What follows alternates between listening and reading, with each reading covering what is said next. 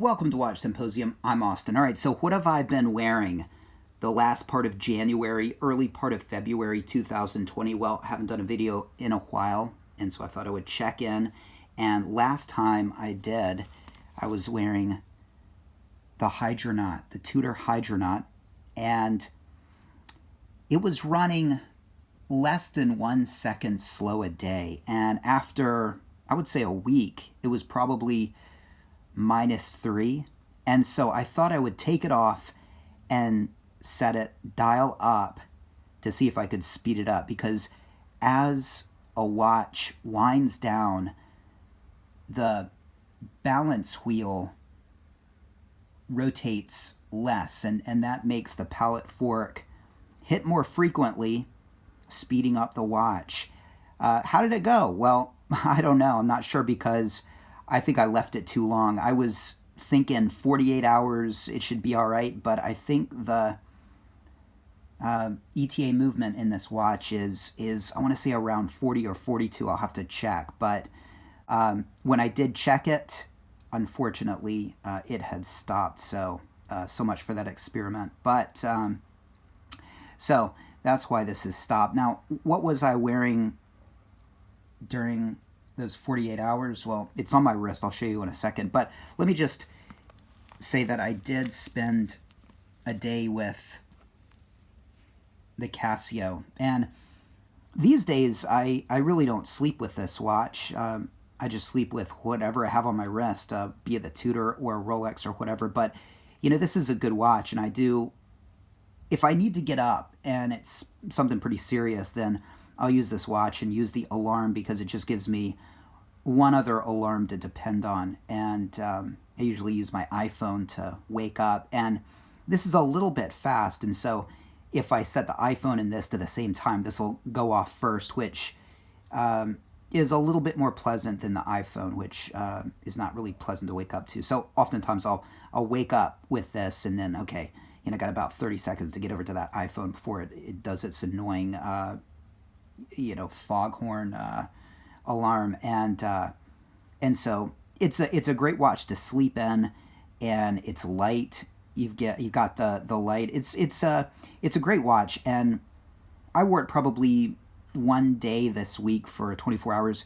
I actually slept with it, and when I woke up the next day, I was going to the sports club. So got in the shower, got out, wore this watch, got dressed, went to the sports club, pretty much didn't take it off. Of course, you have to take it off when you swim at the particular sports club I go to, but just set it poolside, and it's got the day and the date, and it served me well at the sports club, let me tell you, because I get 2 hours on the dot at this public sports club, and I walked out of there, thanks to this, on time with literally 20 seconds to spare. And this is just a great watch. I mean, if you're a young person or an old person or whatever, I don't know, I always associate this with like kind of new young watch enthusiasts, perhaps, something like teens or something. But this is just a great watch. I mean, there's just so many functions in it. It's comfortable, it's light, you really don't know you have it on the wrist, and just a great sports club watch. So I spent a very pleasurable 24 hours with this watch.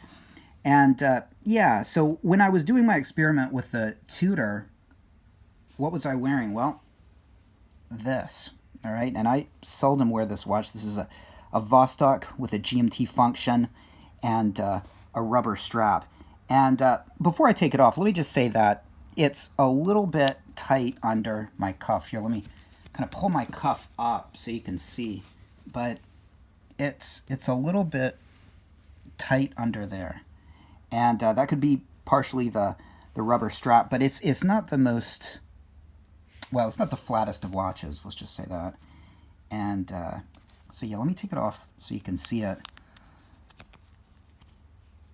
It's comfortable, I'll give it that, but it's thick, and I think this rubber strap could taper, and that would be a lot better.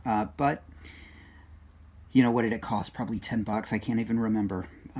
But this is, it's a pretty accurate watch. Let's see. See how accurate. I've been wearing it for a couple days, and yeah, if you're not trying to measure train times and whatnot, this is a fine watch, and really it is actually pretty accurate. And I've never gotten in and regulated it or anything like that, and it's set to Eastern Standard Time, this 24-hour hand, and nice white dial with an interesting seconds subdial at the 10.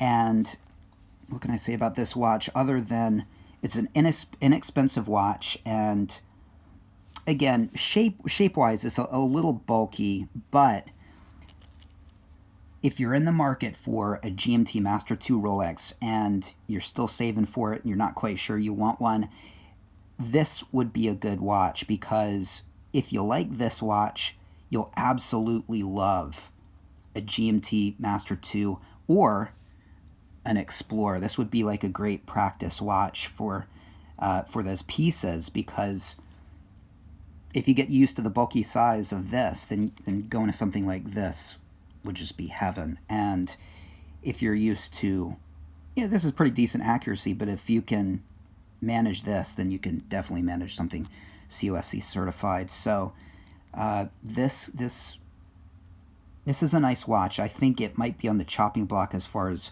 pieces I want to get rid of, but it's nice. Got the nice date placement there. And my one criticism of this watch is you have to use these links to attach a bracelet, okay? Because just the case itself has this weird link situation, and that's a huge problem, because it really limits what you can do. You can't, well, I guess you could put on a NATO strap, but again, you'd need these links that came with this rubber strap. And if you were just to get the watch and take the dedicated bracelet off, you wouldn't be able to put a NATO on, which would be really nice. So if Vostok were to change this in any way, I think the first way they should do it would be to make it more able to be put on something like a NATO or other strap options. Thinning it out would be nice, and pretty decent watch. Anyway, that I was going to wear this for just about 48 hours until we could see if we could speed this up just a bit, but missed the stopping of this, so I've been wearing this, I guess, for the past maybe 2 or 3 days. I just haven't taken it off, and decent. And now on to the Explorer 2. Let's get it going.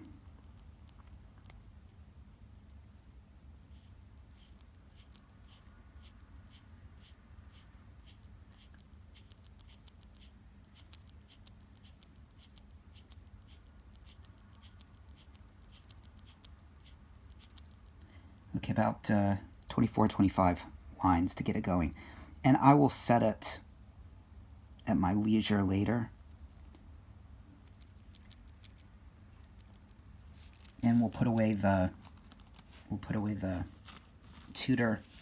And usually when I like to put away watches, I just give it a wind for no reason really, just to get it going and let those oils intermingle and spread out and not congeal.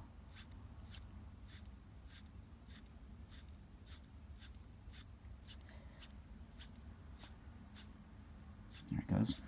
I tell you, I really enjoyed this watch. Notable points of appreciation: the silver lettering. Let's zoom in on that. Yeah, the silver lettering. I love the handset.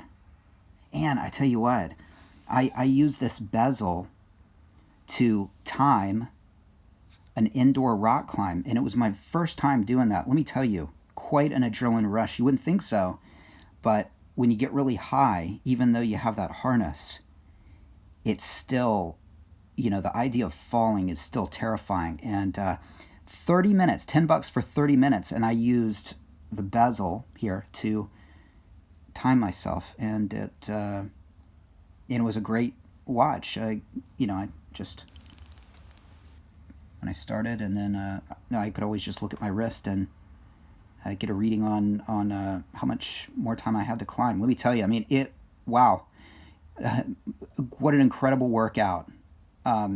Incredible workout. I mean, 10 minutes and just your arms are wrecked.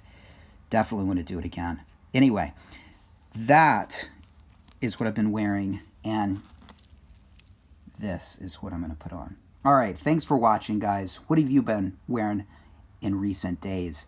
Let me know in the comments section. Oh, by the way, when I go to Cambodia, I'm taking this watch. What other watch should I take? I think I need a beater, right? And so I could always take something like this or something like this, Seiko 5. What do you think? Check out about right here and vote. Let me know. Take care. Thanks for watching. See you next time.